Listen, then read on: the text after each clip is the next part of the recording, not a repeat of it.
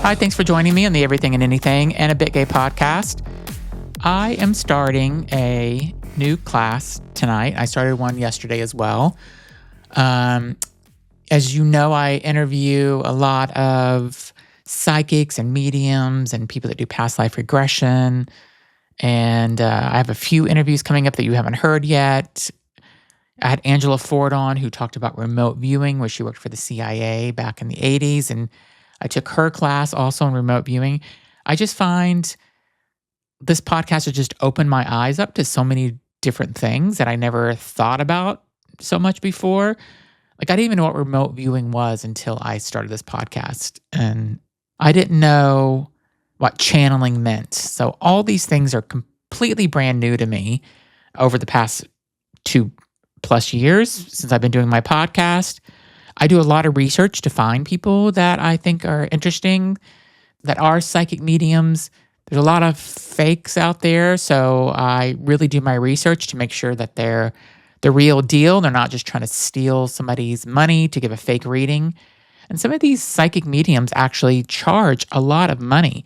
Like, I've gone on TikTok and then gone to their link in bio and looked, and some of them are charging $400 or $500 an hour, which is insane.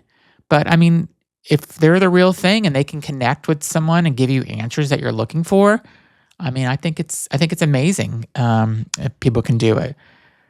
I also love the subject about talking about children that have remembered their past lives. So I just talked to another guest about this, but that you'll hear this podcast in the coming weeks. But there's a lot of children that are under the age of 5 years old, and they start talking about, previous things that happened. They say names or talk about events that's happened. And there's so many documented.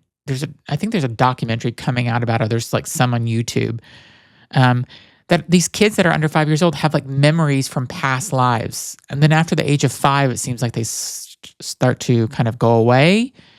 And I think that's just so incredibly amazing, where this one video of this kid that I seen on, it must have been YouTube, where he was talking about some village in Europe that he lived in.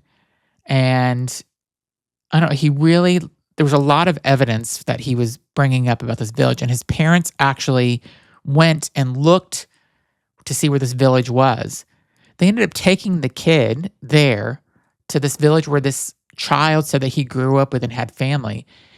And this particular house, or I can't remember the full details in detail, but there was a house or a pub or something that he went to. And when he walked in, he knew some of the people's names in there. And there's no way he would have known that any other way. So I think it's just so incredibly interesting that people have these past lives that they can remember, and why they can only do it until they're 4 or 5 years old. Then it starts to dissipate and disappear. I think there should be a lot more research into this and on why that is. But it's all fascinating to me. And my guest today is going to talk a little bit about past life regression and hypnosis. And I love my conversation. His name is Craig. But just such an interesting person. He has a interesting career and stuff. So enjoy my interview with Craig. Leave a message on YouTube or on the podcast and let me know what you thought about the interview. Or send me a DM on Instagram. The Real Zach RE is my Instagram name. And tell me what you thought, because I love people like Craig and would love to know if this is the same types of interviews you'd like to hear in the future. So thanks for listening. Hi, thanks for joining me on the Everything and Anything and a Bit Gay podcast. Today I have a new guest. His name is Craig Merriweather, and we're going to talk about past life regression and therapy and a lot of different things. So welcome, Craig. Oh, thanks, Zach. I love this conversation. It's going to be really fun, and we can go super deep into all sorts of things like consciousness and memory and time and healing. And it's a fun conversation. So let's do it. So tell me tell my audience a little bit about like what you do. So my official job title is hypnotherapist. And I know that has a lot of baggage to it because of what people see in movies Hmm. and TV shows and Las Vegas entertainment shows. But really what a hypnotherapist does is use the power of a person's subconscious mind to create healing. It's not taking away control, it's giving back control. Let's say somebody's struggling with some anxiety. I'm a little late to our conversation. You were kind enough to be patient with me because a client reached out to me today and said they're struggling. And so kind of rearranged my schedule. And I appreciate your patience with that because anxiety is a real big problem. Yeah. The nervous system goes haywire. Well, the person's already out of control, right? To the point of maybe even, having physical symptoms like sweating or throwing up or their heart is racing, something like that. They're already out of control. So this work doesn't take away control. It gives you back control. It's almost like a reverse engineering the situation. There's something within your subconscious mind, or that person's, not yours specifically, but in that person's subconscious mind that is creating this fear or this anxiety, or maybe because of a past trauma, maybe something that happened last week, maybe something that happened 40 years ago.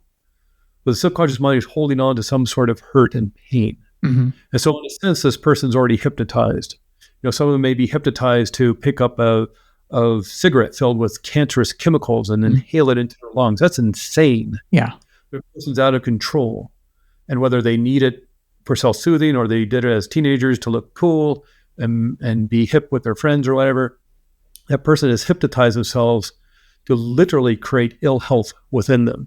That person's out of control. So what this does is give you back that control because it's your subconscious mind that's creating the issue. Now, it may be trying to protect you. More than likely, your subconscious mind is protecting you from some hurt or pain you experienced in the past. Again, maybe a week ago, maybe 40 years ago.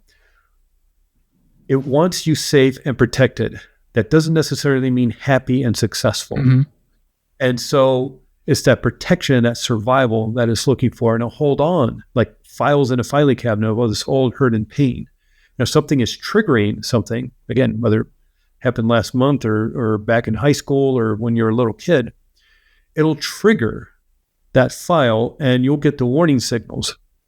So if someone pulls a fire alarm in a building, the sirens go off, the strobe lights go off, warning everybody that there's danger, you need to get to safety. Well, we also have a warning system. Only instead of sirens and lights, we have feeling states. We have the feeling state of anxiety, the feeling state of fear, the feeling state of anger is warning us that there's danger. Problem is the mind can't tell the difference between what's real and what's imagined. That's why when somebody's maybe having a really crazy, ridiculous nightmare of a cheeseburger chasing down the street, throwing coconuts at them, it's dumb. Yeah. It's never going to happen. But that'll literally turn on the stress response. Even in the middle of deep sleep, having a nightmare, you're sweating, heart is racing. You have that full-on anxiety response. 300% more blood moving to the big muscle of your arms to fight, 300% more blood moving to the legs to escape a cheeseburger. So you can imagine what's happening in your waking world with something a little more realistic around work or relationships or the world, the news of what's going on.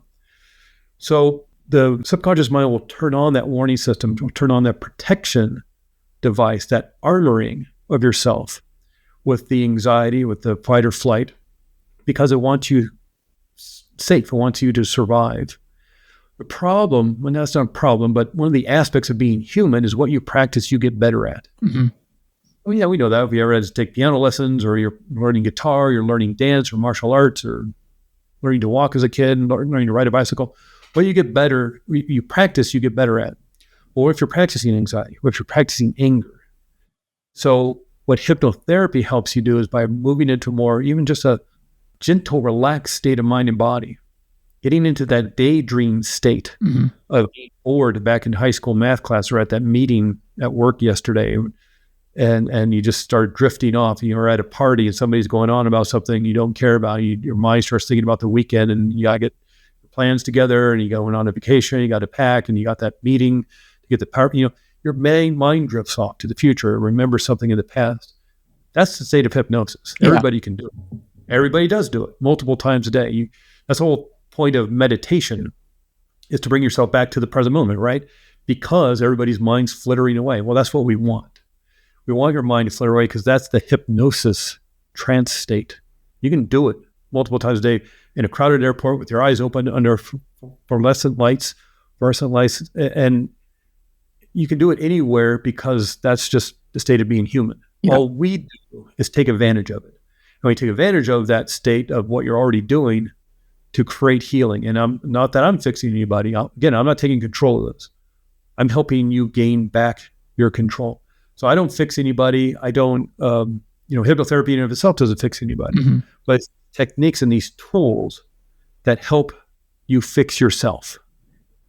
If you get a cut on your finger, you don't have to think about it. It heals itself. Yeah. You scrape on your knee. Yeah, you don't have to think about it. It just, the white blood cells go there, the new tissue, the scab forms, the skin forms. You don't remember it a couple weeks later.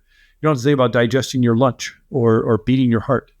Your subconscious mind knows what to do. It just may be using faulty instructions on how to keep yourself safe because of some trauma you experienced, maybe a long time ago. Yeah. So it just kind of has these instructions on, well, we thought, the subconscious mind thinks the best way to deal with this is to armor yourself in this way. And it's not. It just, maybe that was the best thing you could have done as a kid. So what hypnotherapy does is basically do the same thing you're already doing, only we're going to reverse engineer it and undo it. You're going to dehypnotize yourself from that anxiety or from that smoking or the hurt and pain you've been holding on to.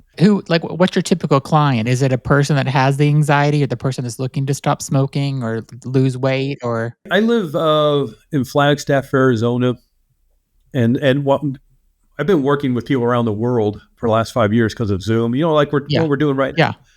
I can work with anybody now because of people are used to and accept Zoom, and it's so wonderfully comfortable to be in your home to do this work, to drive across town. And so what's been so amazing is I've been able to work with people across the country and across the world because of Zoom. But I don't work with a lot of smokers. It doesn't seem to be a thing anymore. Yeah. And I live in a kind of a healthy town where it's 7,000 feet. So all the Olympians come here to run and swim and to, do whatever. And we have a lot of high altitude training centers. So it's kind of a healthy town. So I never really got into the smoking thing. I've done it probably a handful of times. Yeah. Over the 10 or 12 years I've been doing this, which is weird because it's like the thing it's famous for, helping you quit smoking. But yeah, you nailed it, anxiety. Yeah. If you believe that, of course you can. Anxiety is a lot of it, but who is it for? I worked a little bit ago with a 9-year-old kid struggling with nightmares for 2 years. One session, it's done. Wow. And again, it's not like I brag to say I'm doing this to somebody. I'm the brain surgeon. I'm not. I'm helping this kid take back control of his own mind. He'd been to the doctors. He'd been to the psychotherapists. He'd been to the psychiatrists. He'd been to the life coaches or whatever.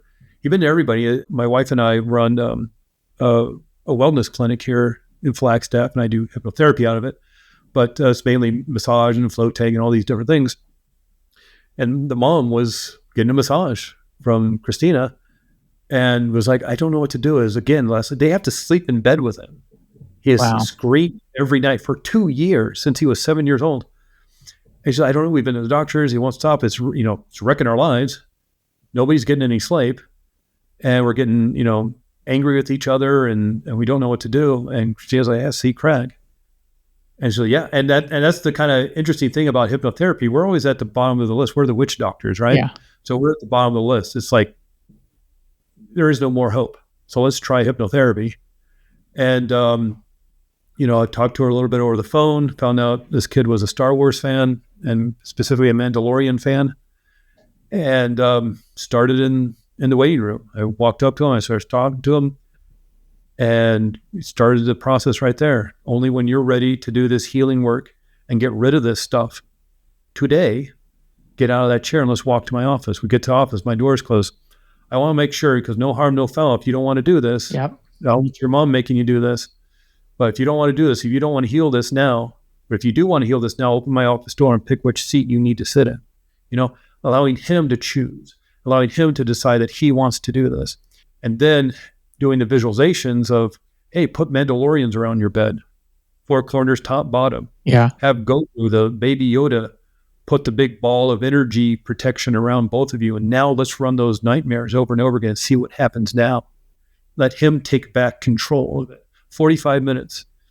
And as I said, and you don't leave here until you're done. until you fix this. Yep. You don't get out of that chair. You don't open that door until you know it's done. So I waited until, open your eyes. When you know it's done, open your eyes, get out of the chair and get out of here because I got things to do.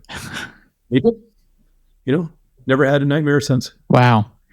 And then you kind of that's kind of the traditional hypnotherapy, right? So Yep. you've kind of taken it to the next level where, or in my mind, it's the next level where you're talking to people about past lives, about their ancestors, about your spirit guides that are helping them. So how did you transition into that and discover that? That's always been a fascinating aspect for me in my own life. Mhm. That's always a section of the bookstore I find myself in. It's an extraordinary part of being human, Mhm. that spiritual side, and whether you focus on a specific maybe kind of tradition or religion, it's that ability to connect with that spirit side of ourselves, that soul side, and it's so fascinating now because there's so much science around it. Yeah. And whether you're listening to Joe Dispenza or Lynn McTaggart or Greg Braden or some of those other people who kind of bridge science and spirituality or more traditional spiritual teachers, it's a fascinating aspect that's always just kind of grounded me and been a part of my life even since I was a little kid. I grew up in the Episcopal Church, which is Catholicism light, the Protestants over there in England. But they have the robes and the candles and the whole thing. And I just liked that as a kid. I thought that was cool. And the ceremony and the rituals, and just kind of expanded as I got older and learned more about the world and other cultures. And what I found fascinating about my own life, from 1990 to about 2001, I lived in Santa Cruz, California. Okay. That's kind of a hippie town. It's about 90 minutes south of San Francisco, right there by Monterey and Carmel. But a very hippie-ish town, got University of California, Santa Cruz, lots of different cultures and ethnicities and dance and music and, of course, spirituality around that as well. And so I was just investigating everything, just diving into whatever I could. And they had downtown Santa Cruz, and at that time was still extraordinary, but back then they had like 8 bookstores, had something like 16, 17 movie screens, most of which were art house movie screens. It was such a wonderful place to figure out life, to learn about life. And I would go to the New Age bookstore all the time. And there was another bookstore called Logos, a huge, like 2-story used bookstore. And I would always end up in the spiritual section. But in that New Agey bookstore, there were sections that I just wouldn't, I don't like that. Yeah. I don't like Atlantis. That seems, I don't know. That's not my thing. I don't like talking to spirits and past life. That's just not my thing. So there are certain sections that I'd only go to. And it was pretty narrow just because I grew up Episcopalian. I grew up raised going to a Baptist school. So I had a very limited view of what it was. And so over the years, it just that sections of the bookstore just expanded for me. And one of the aspects was past life regression. It was just fascinating to me that people could remember these things. And it was more around the science of it. Like Ian Stevenson, who is a researcher and professor who would just go into the remote villages and research these kids who said they were experiencing past life regressions or reincarnation episodes, and then go to the other village and talk to the families. And it was like, you can't make this stuff up. So your religion that you grew up with, though, doesn't really necessarily, that's not the part of your religion, right? So No. did it change the way you think about religion now that you've done this, and also the way you think about death? That's that's a really good question. It does. I spent a lot of time avoiding the kind of whole Christian aspect because I grew up with a Baptist school from 6th grade to 12th grade, Episcopal Church. And so when I was opened up to these other spiritualities from around the world, it was very refreshing. But I find myself kind of, investigating more about the more Western side of things, more Western Hermeticism, the Golden Dawn kind of stuff. Because it is my heritage, the United Kingdom, and there's only so much I can learn about a culture when I really don't understand the language or am really born into it. And so I find myself coming back to it now that I'm older, but in a different way. Mm-hmm. In terms of death, it certainly is an aspect of like, don't fear death anymore. Yeah. When it's a one and done, yeah, I mean, that's scary because, like, I'm not getting it done. Yeah. I just turned 58. And if I thought this was my only time, it's like, what do I got? Yeah. I lived into my 90s, maybe, but it's still not that much Yeah. time in the larger scheme of things. But if I think that I'll have another go at this for my own learning and my growth, it makes it a lot lighter. It makes it a lot freer Yeah. to think that, okay, I've made some mistakes. And that's part of learning, you know? So what do you think happens when we die?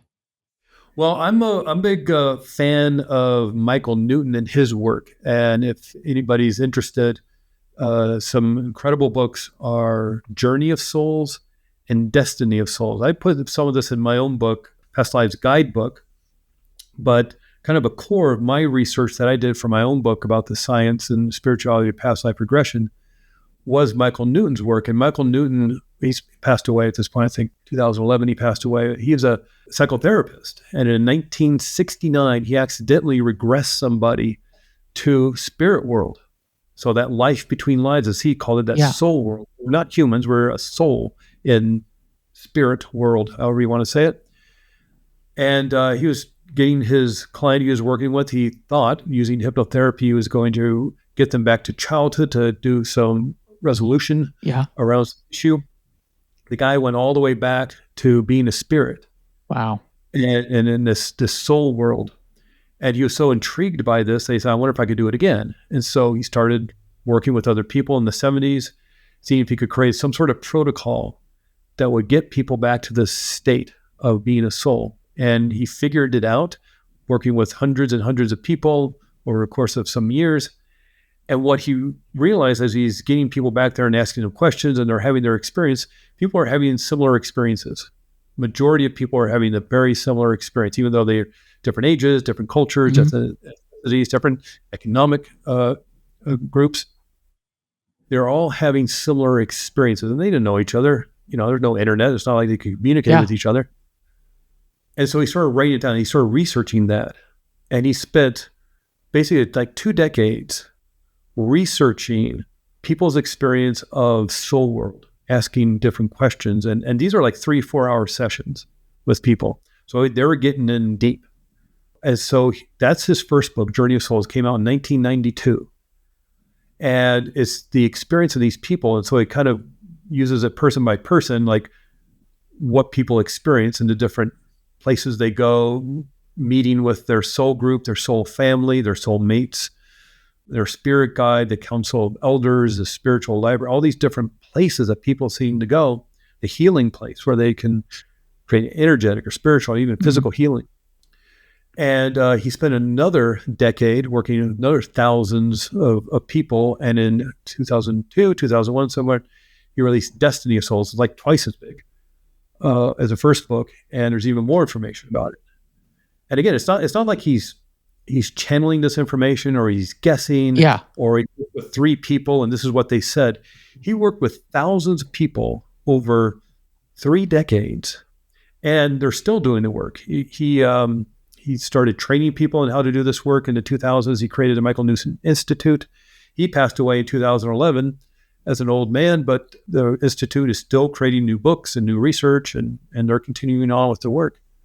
And so in terms of what I think happens, I'm a firm believer in his work and his research. It seems most legitimate and has the most backing to it. Yep. Dolores Cannon also has similar. She's amazing. I've seen a lot of her stuff. Yeah. Yeah. And so you might read a little bit about that in Brian Weiss's books. He tends to focus on either one person's experience or maybe just kind of a handful. But he's focused mostly on past lives. In terms of what happens after death, I think Michael Newton nails it on the head because, again, it's not his experience or his channeled experience or his work from reading other ancient manuscripts. This is what people experience, and it's thousands of people over decades of work. Now 50 years worth of work. And it is this idea that we are here as souls to learn and to grow.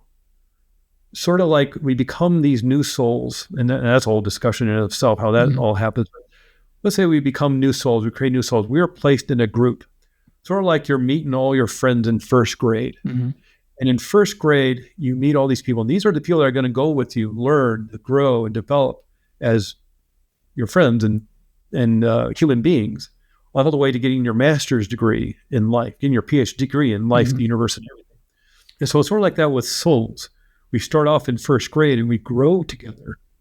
And it's sort of this idea that we come to Earth as a training ground, almost like, well, the computer simulation theory, almost like a simulation to learn and to grow in a place that is safe.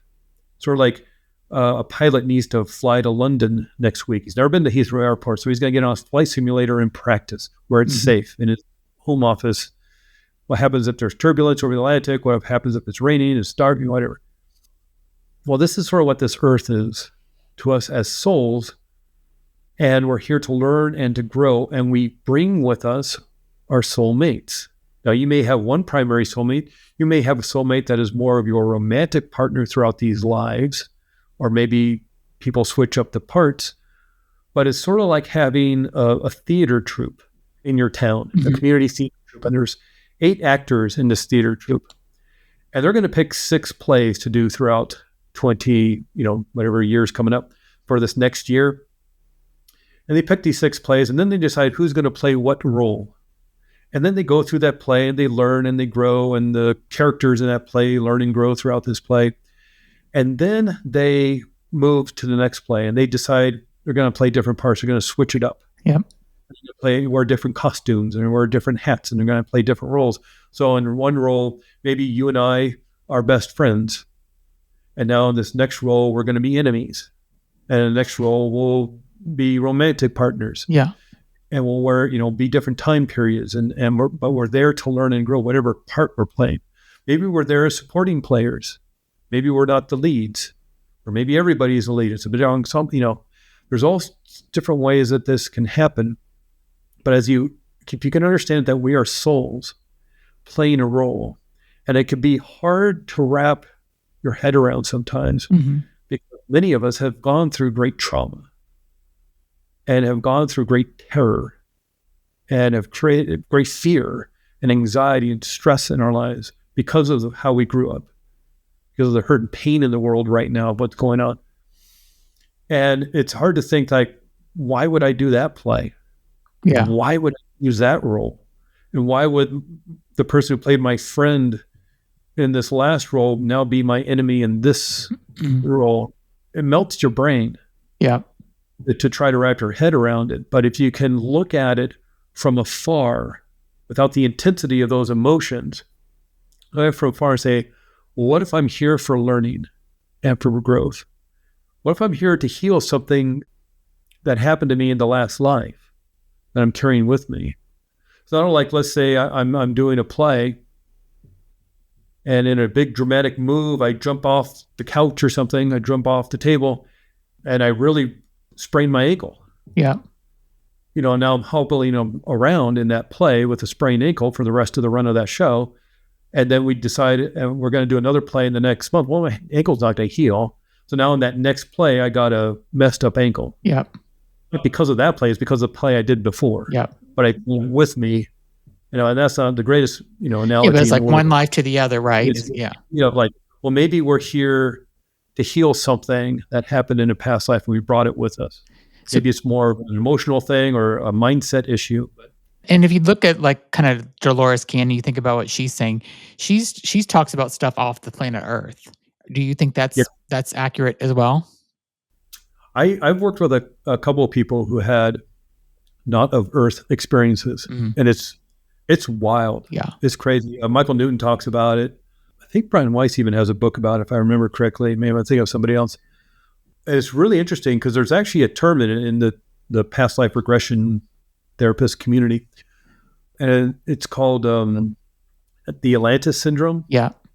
And people will have a past life experience, and they'll say, I'm in Atlantis. And they'll talk about this world, and it sounds extraordinary and incredible. And what some past life regression people won't know is what questions to ask. Oh, they're in Atlantis. And I'm not saying Atlantis is real or not real, Yeah. but it's just that people are explaining this thing, and the only way they know how to explain it is that this is Atlantis. But if you start asking certain questions in a certain way, you'll find out that it's not Atlantis here on Earth. Yeah. They're on a different world. Hmm. But it's the only way they know how to explain it is by saying, well, this must be Atlantis. I heard about it somewhere, or maybe they're super into it. And they'll say, oh, this is Atlantis. And it's not. It's an entirely different world of different beings. There's two cool stories around that. One is somebody I worked with. And when I talk about this with people, we do a consultation call, and I send tons of emails. We go back and forth because it's a big decision to do this, especially if we're doing more of a 3-4 hour kind of session. So it's going to go super deep. And there's a back and forth. And I talk about Michael Newton because that's important to my work. I use his protocol. I focus on a lot of what his healing work that he did in his sessions because I think it's important. So I'll talk about, like, you'll meet your soulmates, you'll meet your soul family, you'll meet your spiritual guide, or go to count. I'll say what I never talk about is the spiritual library. Mm-hmm. I have to have time to go through everything, and spiritual library, whatever. I've had people go to the spiritual library. I've never mentioned it. They'd never heard of Michael Newton. They didn't read the books beforehand. They didn't have time. Maybe they read Brian Weiss. And they'll go to spiritual library, or they'll go to some other place I never mentioned or they didn't know about, which always like those chills. It's like, Jesus, wow, this spiritual library. Because you think, well, I'm kind of leading them because I say they're going to meet their soulmates, and I say they're going to meet their spirit guide because I want them to. So I make some leading questions about, will you see this and will you see that? But I never mentioned a spiritual library. And I've had a couple of people go there, and one person went there, and there's a book on the table. And to understand this, why people experience the soul world and amaze, oh, that sounds like a movie I saw, or that sounds like Earth. And the way I explain this to people is that it's sort of like you're bringing in this 5D information into a 3D brain. And so it has to make accommodations as to how it's going to present you this information. Yeah. So it needs to figure out how the visuals and the sound are going to translate from a 5D world into a 3D world in a 3D brain. And so it makes some accommodations. And so a library may look like a library. Yeah. And look like something different to somebody else. And so she was opening this, but she spent a bit of time describing the cover of it, which was pretty detailed and extraordinary. And she opened it up, and it was all her lives. It was a book of her lives on different planets. Wow. In different worlds and stuff. And it was just like, she just kind of went through them quickly as she kind of perused the book. But the other one that's really fascinating that I mentioned in my book, Past Lives Guidebook, is that there's all this remote viewing experiments and research being done by the government of the United States, her tax bill, back in the 70s and 1980s, and probably still, because if it worked, and all the research showed that it worked, they're probably still doing it. It's just they didn't want you to know about it because you're upset. People got upset that they were spending all this money on it. Well, you can go to the CIA.gov, and I have the link and stuff, and you can Google it too. But they did a remote viewing of Mars 1 million years ago. Wow. The real thing they did, the CIA did. And it's on CIA.gov. It got released through the Freedom of Information Act. And you probably just Google CIA remote viewing Mars, something like that, and the document will show up for you. And so what these remote viewers would get would be a little piece of paper in an envelope, and it'd tell them what they were supposed to remote view. Usually it was like, the Russians are building a submarine, go figure what's going on with that. The Middle East is something's going on there, go figure out where the bunker is. Well, this one was view Mars 1 million years ago. And the person did. And it's extraordinary because he's not only seen that the pyramids and that they're leaving Mars, some are being left behind. Scouts have gone on to find another planet because Mars is being destroyed. Well, what's extraordinary, the remote viewer, there's a kind of a coach there with them asking, well, ask this question, ask that question. There's somebody in there with him. He says, engage with the being that he sees. Yeah. And this is like brain melting. This person is remote viewing, not only just a different location off of Earth, remote viewing Mars. He's remote viewing Mars in the past. he's now going to engage one of the beings that lived there a million years ago. And he does. He engages with this feeling. And there's a transcript of what their conversations are. Wow. And it's in my book. I put the transcript in the book, Past Lives Guidebook. And the kind of the coach, the facilitator of the session is like, how is this person engaging you? Does he think you're a real person? And the person in the trance state says, I get the impression he thinks this is a hallucination. Oh. That talking to me is some sort of dream or hallucination. He Yep. doesn't think this, and that gets even more mind melty too. Because what if you're having dreams about other worlds and other beings, and it gets crazy. So I actually interviewed Angela Ford. I don't know if you've heard of her before. She was part of the CIA. That whole thing that you just talked about, the Stargate, I think is what they called it, back in the 80s. And she was on the Sean Ryan podcast and a couple other big podcasts. And so I had the opportunity to interview her. The interview's coming out in a couple of weeks. But she talked about all the things that she was able to kind of see through remote viewing as part of that program. And it was very interesting. She's such an interesting lady. Yeah, that whole thing is fascinating because, again, it sounds like science fiction. It sounds like something somebody made up for a book or a movie. And when you start digging into it and you see the actual documents on government websites that said, oh, yeah, this totally happened. Yeah, we spent a lot of money and time. And think about it, if it didn't work, they wouldn't be doing it. Yeah, exactly. They did with a little bit. And the whole thing came about because the CIA found out that the Soviet Union was looking at ESP and well, if they could read our minds, then how does that affect our protection, our democracy, and all this? So there's a whole Cold War thing that the CIA was afraid the Soviet Union, the KGB was using ESP experiments to try to get into the minds of our military and government officials and find out our secrets. And so they decided we're going to do it too. And they found some scientists who were willing to look into it. And it's some of the stories are just wild and fantastic. There's a lot of books out there about this stuff. Yeah. I mean, Angela Ford was able to help them find some of the most wanted people on the FBI list.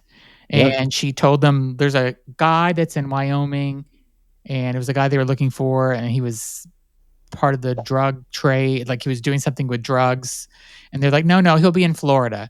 And she's like, no, he's not. He's at this hotel. And she basically said, and they sent somebody there, and the whole story, they found this guy, and he was exactly where she said. And it was like Wyoming versus Florida. And they're like, hey, there's no way this guy's in Wyoming. And she was able to find him. So she was so fascinating. Yeah, there's the whole thing started as they're just kind of walking into it and seeing if this kind of worked, dipping their toes in the pool. They were doing these blind kind of tests around it. And so they had two groups, and Group B was going to supply the information. Group A was going to do the remote viewing. And so Group B had somebody say, give me coordinates of something. So it's all this double blind kind of stuff. Gave coordinates. And these remote viewers, two of them, discovered an underground bunker. Oh, wow. A military underground bunker. And when it came back to the guy who gave coordinates, like, no, that was my summer cabin. But there's this is a big failure and things. So the more they started researching and looking into it, they started getting visited by the NSA because they discovered a underground National Security Administration underground bunker that was listening to Soviet satellites. Oh. But what they were, one of the remote viewers was looking at files on people's desks and looking at name tags. And as this guy was saying, hey, have you ever heard of this project called Monarch or whatever? Yeah. Or have you ever heard of this project called Teapot? And is there a major, Wilson who works? And he was asking so many questions, the NSA thought they were spies. And they had months and months of investigation to see if they were spying. And all that happened was, well, here's the coordinates of my summer cabin that nobody knows about because I don't talk about it. And it was so small compared to this underground bunker. They didn't see the cabin. They saw the underground bunker. Wow. That's amazing. Yeah. That's how this whole thing really started. It was just this experiment that gone kind of bigger than they expected. But even like you were saying, you can find, well, where is this, people in hotel rooms and things. There's They knew the Russians were doing something, the Soviet Union, should say, was creating something, and they, like in a warehouse or something. Again, it's in my book, and I'm forgetting all the details of it because there's so much stuff to try to remember around this. But the guy remote viewed this building site, and he says they're making the biggest submarine ever, and all these torpedoes. It's like he described this huge submarine they were building, world's largest submarine at that time in the 1970s. And they're like, that doesn't make any sense because it's nowhere near the water. Yeah. Why would they build a huge? It's like building an aircraft carrier. Yeah. Nowhere near the water. Yeah. It doesn't make any sense. And so what they had him do was, I want you to remote view, because they didn't believe him, or they thought he was looking at something different. It wasn't a submarine. He said, why don't you look into the future and see how they're going to get it to the ocean? Yeah. They remote viewed the future. They said they're going to dig a channel with big excavation equipment, and then they're going to slide it into the ocean. They're like, that's the dumbest thing ever. And then like 2 months later, they started digging the channel. They could see it from south. And it ended up being the biggest submarine ever built at that point in time. And so it's not just like people would see across the country or across to another planet. You see across time. Yeah. And what if everybody had the ability to do that in some form or another? Doesn't it really make you like think about like everything that we've been taught our whole lives is just like not even real in a lot of ways? Like it's all, it just makes you kind of rethink how life is lived and stuff. Yeah. I want to ask you a question about, you see a lot of kids now that are, especially with social media and videos and TikTok, but I see this coming up a lot where kids are talking about, when they're like 3 or 4 years old, they're talking about who they were in a past life. Yeah. So I think that's so fascinating, because there was one story that I seen, or was a documentary maybe I watched, that where they actually went and talked to the person's family that this kid was before. What are your thoughts on that? Yeah, that's extraordinary. Kids, if you have the inclination and the parents are okay with it, ask a kid about that stuff. Yeah. Because kids will remember. There's something about, maybe their brains are so, unfilled with information. Mm-hmm. As we grow older, we stuff our brains with so much information, we block that stuff out. But the little kids will remember stuff. That's pretty extraordinary. Again, I have some stories of that in my book. Dr. Ian Stevenson spent decades researching that kind of stuff. And as always seems to be these remote villages in Afghanistan or India or something, but this kid will remember his family, and then it's the couple villages over. But there's no way these families knew each other. There's no communication. It's like too far away. And, they'd contact Ian Stevenson, would find out, and he would go over there and investigate this. And it's like, all this information lines up. It's pretty extraordinary. I just think that veil is so thin when you're a kid that and I think there's a skill level as well. I think everybody could do it. Hey, I can play the cello. Yeah. Doesn't mean I'm Yo-Ma, I can kind of play guitar. I'm no Jimmy Page. Yeah. So I think there's a skill level and a talent level to some of this stuff. That's why people maybe can channel or be mediums, or maybe even see other people's lives, read the Akashic records, that kind of thing. But we all have the ability to do this. And I think little kids, because they're so close to having been that spirit, they're only a couple of years of being on earth. And so they're so close to being that spirit, and they haven't been, beaten down by life or with all this information or whatever it may be, hasn't blocked that part of it. And it may be a cultural thing too, because if you grow up in a culture or religion or a philosophy that doesn't believe in that, you're going to shake it off.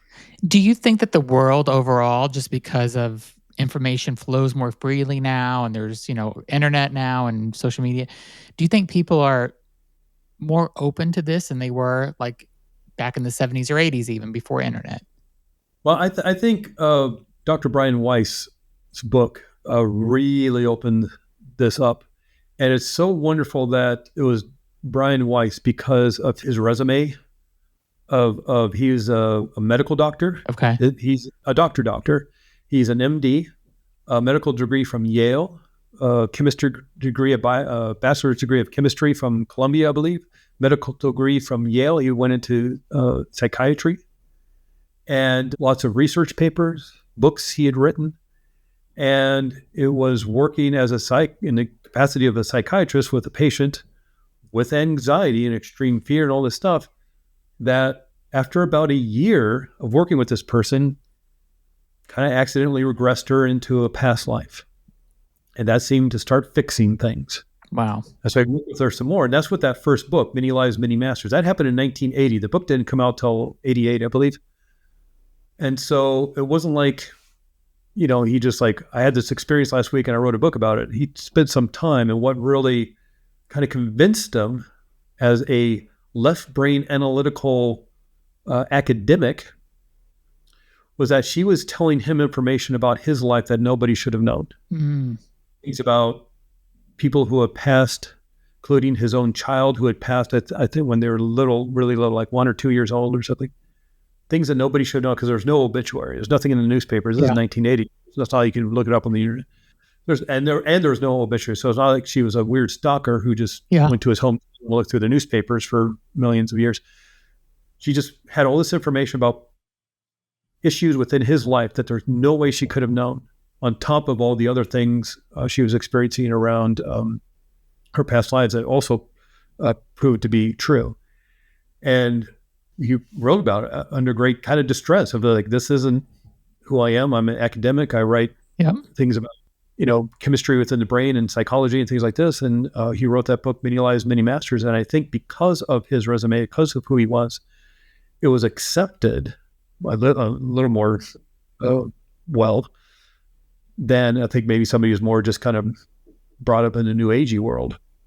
But I think I was accepted a lot more. And I think that opened up this line of thinking, because this was relatively new to Western culture, American culture. Certainly not in India. Certainly everybody's like shrugging their shoulders. Yeah, everybody has those experiences, but we don't. And I think because we block it off. It's like, tell the kids they're just imagining it. And so you grow out of imagining crazy things. Yeah. And I think Brian Weiss, because of his pedigree, if you will, opened that up in a more serious way. Oprah liked it, so that helped bring it to the masses. Michael Newton put his book out in 1992. People started discovering Dolores Cannon and her work, and maybe even Rudolf Steiner and some other people who kind of read this stuff way, way long ago. Edgar Cayce and his books back long ago, and all the work Edgar Cayce Society is still doing. And I think because of Brian Weiss, I think he's the kind of flashpoint in Western culture of opening this up and making it more acceptable. Yeah. Talk about around the dinner table for, Midwesterny families. Yeah. I mean, I think that if it wasn't for religion, I think more people would be more open to it. I think religion a lot of times holds people back because it kind of blows up everything about religion in a lot of ways. Yeah. And it does. Because if it's not one and done, then what are you worried about? But if you need to get well done in this life, you better have some people on your side. What do you think? Do you think that people at some point stop coming back, or it's just a continuous process where they're always coming back and learning or trying to live a new life? Look, again, according to Michael Newton information, there is a point where you end up doing something else. And if that's becoming a guy, sort of like you get your PhD and now you become the teacher, you become the professor, and you start leading a group, or there seems to be something else.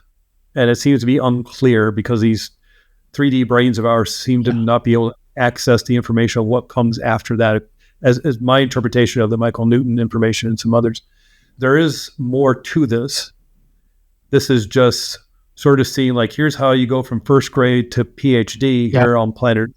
Once we get all that information, then we get to something. And so you either service other souls as the professor, as the guide, as a facilitator of their experience, helping guide them to learn and grow, or there's something else.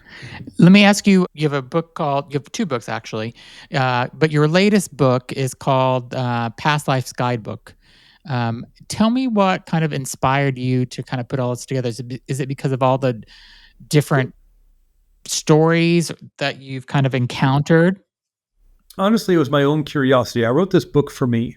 I was working with a book editor, and she had this big kind of form to fill out, and one of it was like, who is this book written for? And you're supposed to say, well, this is a vampire romance and it's written for 14 to 18-year-olds, or Mhm. this is a self-help book for people struggling with retirement once they retire at 65. You're supposed to tell who the book is for. And really, like, I don't know, this book is for me Yeah. because I'm curious about this stuff. I'm skeptical about this stuff, and that was the big key. But I'm also a true believer, Mhm. all at the same time. And so I thought, well, what would it take for me to really believe this stuff? Because I wanted to move more. I've always been doing past life regressions. Is honestly one of the big reasons I wanted to become a hypnotherapist, as opposed to maybe some other modality that's very healing, was of this deeper aspect of spirituality that you could connect to using subconscious mind, super conscious level mind, that higher self of yours. And the school I went to, Hypnotherapy Academy of America, real school you go to, you sit in classroom with other people, 2.5 months, 500 hours, but the last 100 hours, the last 2 weeks, 9 Wow. a.m. to 6 p.m., Monday through Friday, the last 100 hours is past life regression. And so I propose, yeah, I want to go to that school. And so you get this foundation of clinical hypnotherapy, medical hypnosis, and then on top of that, if you're interested, past life regression. So I went to that school, and while I kind of focused the earlier part of my career on more of the clinical side of things, helping people with trauma and confidence and things like that, past life regression was always there. It's on the website. You kind of have to look for it, but it's on the website. And I was always doing it. And there's always that nagging thing. It's like, I want that to be my Yeah. focus. I live close to Sedona, Yeah, Arizona. yeah. I love it there. I'm close to the Grand Canyon. I'm real close to Sedona. I'm like, oh, it's kind of being done there. And how do you compete with Sedona, really, Yeah. or even Scottsdale to a certain extent? And I thought, well, maybe I should kind of focus more on the clinical stuff and get my name out there. But I always kind of wanted to focus more on the past life regression. And since, well, let's see, it was COVID really that brought this ability to do Zoom sessions Yeah. to, like, it was always happening, but now more people are accepting of it. It allowed me to not have to compete with Sedona anymore. Yeah. I can work with people around the country, around the world, and and not to brag, but or maybe to brag, I don't know. It's not really to flex, but it's just like to explain the power of this. Is I'm working now with like 2 professional basketball players in the European League. Wow. One was in Iceland, one was in Lithuania. Now one of them was in France, and one of them got my name. The reason I'm working with him is because he got my name for somebody I was working with, a friend of his who lives in Puerto Rico. And so again, it's not a flex. It's just like, this is the power of Yeah. this word. And it's not because I'm fixing anybody.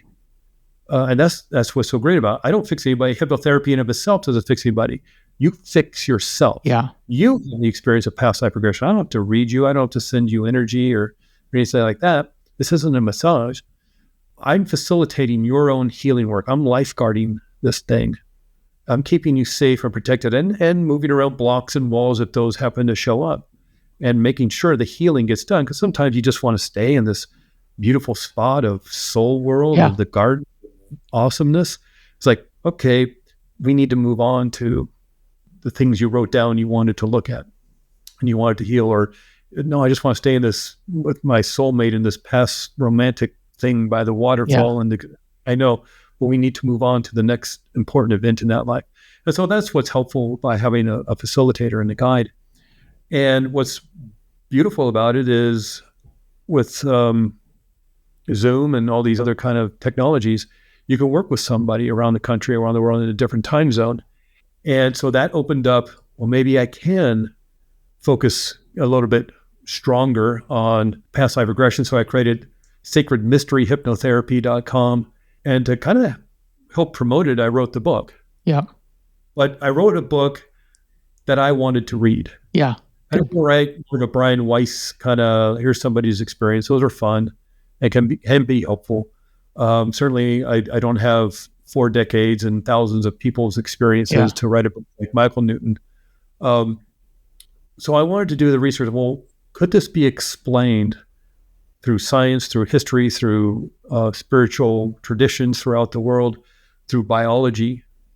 Why people are experiencing these things? And so through the research the government did around remote viewing, through the biology of what people are looking at in the brain in terms of non-local consciousness, meaning consciousness is not held in the brain, Mhm. but the brain is in a holographic universe theories, computer simulation theory, multiverse theory, all these different ideas around how we're perceiving reality and can we perceive other realities? Has anybody done it? Here's people's experiences that seem to indicate that we have more than one life Yeah. because it was proven. And so put that all together, shake it up, and hopefully by the end of the book, you're like, yeah, I think this obviously is a real thing people experience. Yeah. And they Yeah. have similar stories too, which makes it kind of really fascinating, right? I mean, Yeah. Yeah.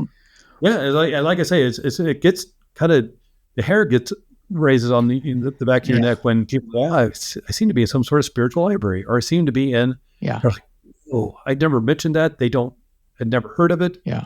because they didn't read the books. This is new to them, and it gets wild. Yeah. And again, it melts your brain Yeah. when you start putting it all together. And then that's what my hope was with the book, is to put it in an order, in a way that will help you between the history and the biology and understanding more about time and memory and consciousness, that, yeah, we can access other times. Sort of like just, you can remember what you had for lunch Yeah. yesterday, last week, and you can remember what happened at that meeting at work a month ago, and you can, remember something that happened in high school, whether you did sports, you were in band, you're in theater, you smoked cigarettes behind the gym, you went to high school, probably remember something from high school. Remember, what's your earliest memory? Yeah. Well, all we do in past life regression, let's do this, go a little bit deeper. We're swimming in the same pool. We're just, instead of swimming in the shallow end and remembering high school and what happened as a kid and going to Disneyland and all that, let's go over to the deep end of the pool. Yeah. It's the same pool. We're just remembering something. Yeah, that's a good way to that's a good way to think about it, or a different way to think about it. I like that. Yeah. Yeah. So it's not like you go there and it's like, well, I'm afraid of experiencing it because what if it's intense? Yeah. And that's what a lot of people need to work on, the healing aspect, because maybe there was an intense experience in a certain past life and they need to focus on that. And we do that in a safe and gentle way, but it's not that you're experiencing it. It's not like you go back and you can get stuck in it. It's just like you can't get stuck in your memory about high school prom Yeah. or your lunch date that you had last Saturday. You can't get stuck in it. You can remember it. Yeah. You may remember an intense experience like a car accident, but you're not in it. Yeah. You're not stuck in it. Yeah. It's just a memory. And so you're just accessing past memory, just like, and here's a whole nother podcast of, experiencing the future. Yeah. So Craig, are you taking on new clients at this point? And if you are, how would somebody get in touch with you? This is an experience that, of course, you can do multiple past lives of throughout your life. Generally the more intense ones, when we're doing 3 or 4 hours, people generally do maybe 1 or 2 a year. They may just do one. So yeah, there's always room for new clients, new appointments, and generally I'm around. So the best place to find me is sacredmysteryhypnotherapy.com. The Okay. book is Past Lives Guidebook, which you can find on Amazon, or pastlivesguidebook.com. And I've been going to some expos over the next few years where we can find them in Seattle and Cincinnati and LA and different places. So we're going to try to hit the bigger ones in various places. So you might see me at one of those, and Cool. happy to talk with anybody. Now let's just talk. We set up a consultation call or just chat through email or something, and happy to talk about this. Awesome. And I will put a link to your website and link to your books on Amazon as well. And, if you are interested in this, reach out to Craig. And I'll just say that I did a past life regression with a woman named Maya Rath, and she took me back. And I think it's so interesting because now it's not like it's a memory. Now it's like a memory I had, and it's not like something that, I don't know. It just feels like it's part of who I am now that she's brought this up. So it's really, I think it's fascinating. So Well, it can be very extraordinarily enlightening yes, that's exactly what it was. It was enlightening. because even if you're walking into this as just a fun experience, which is fine, you just want to discover a little bit more. Maybe you read Brian Weiss or Dolores Cannon, and you want to see if you've had any past lives. It can be more than that because you experience this, and it opens up. Well, if I've had that life, how many others have I life, and is there a thread? And my work, even if it's just for a fun experience, what is the purpose of this? Yeah. I mean, we're going to ask some important questions, especially when you're in soul world. What is the purpose here? What is the lessons you're here to learn? What is the ultimate goal? And so it can be not only a fun experience of having the memories of that past life and maybe several experiences, several important events in that past life. Certainly, if you lived to be 90 years, you can't experience that 90 years of life, but we'll focus on 4 or 5 important events in that past life that have to do with what you want to discover or the healing. If you're looking for something a little deeper, a healing you feel or know you need to accomplish and resolve. But it's also once in soul world and the healing that can happen there and the insights around your soul family and why did you go through what you went through? Why the people in your life? Why is your mother the way she is? What are you going to learn because she is the way he is? Why is your father the way he is? Who was chosen? Did you choose? Who gets to play your parents? Or did you have a role in that? And why this exists? It can be extraordinarily powerful. Well, thank you so much. I love this topic. I'm so glad I got a chance to talk with you. And I will go out and get your book tonight. So thank you so much. I appreciate you being on. Thank you, Zach. I really appreciate it. Everybody be sure to, if you haven't subscribed already, subscribe to the podcast. Also visit Craig on his website and check out his book on Amazon. It's all in the description of this video or podcast you're watching. And thanks so much for listening. Thanks, Craig. Thanks, Zach.